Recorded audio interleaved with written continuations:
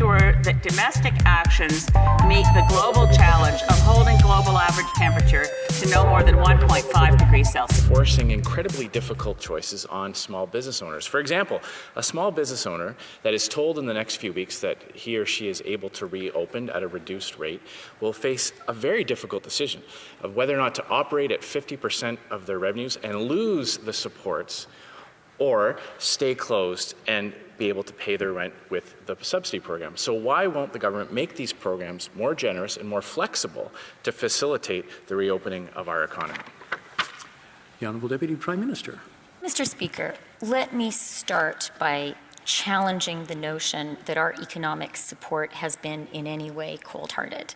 I think all the members of this House really feel for Canadians. We know that this is an unprecedented time without parallel since the Second World War, and I think all of us are working hard to support Canadians and Canadian companies. Our economic support right now is at 11% of GDP. That is a lot of money going into the Canadian economy, and that is great. When it comes to flexibility for the support for small businesses, we have made some tweaks along the way. We'll now go back to Mr. Scheer.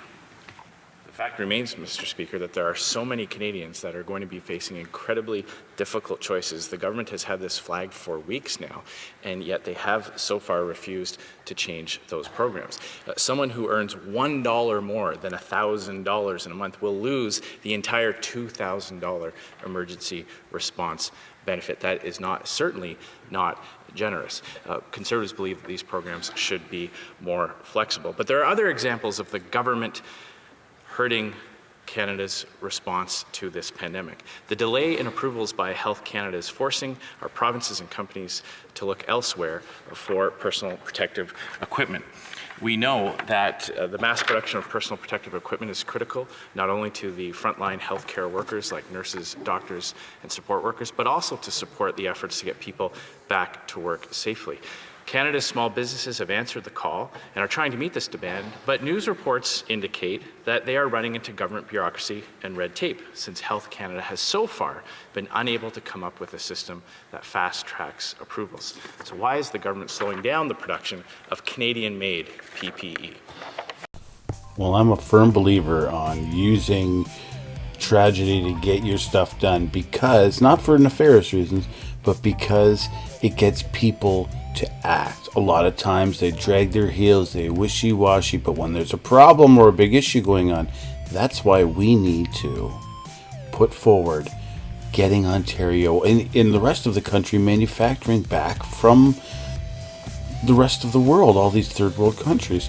And the factories will be different. They'll be running off of mostly machines and technical guys, but they'll be bringing manufacturing and the tax dollars back, and this pandemic would be perfect for it. It's it's the time. Make it back. Well, the Liberals don't believe in that. They still believe in investing in China.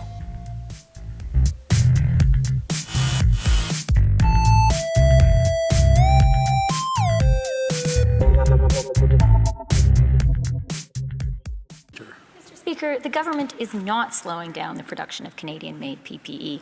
I, in fact, agree with the member opposite that the fact that Canada has preserved a strong manufacturing base and the fact that Canada's outstanding patriotic manufacturers are stepping up to support us is fantastic. We are working so closely with those manufacturers. We are proud of their work.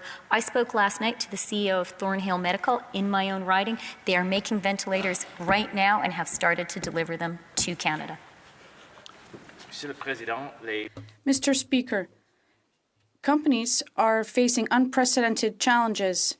What's more, they're not giving them rent support for those companies that lost less than 70% of their revenues. Those who lost 50% of their revenues aren't eligible for the wage subsidy, and they may have to shut their doors. The government has missed the mark with these programs. Are they ready to make changes to make these programs more generous and flexible to help small businesses in need?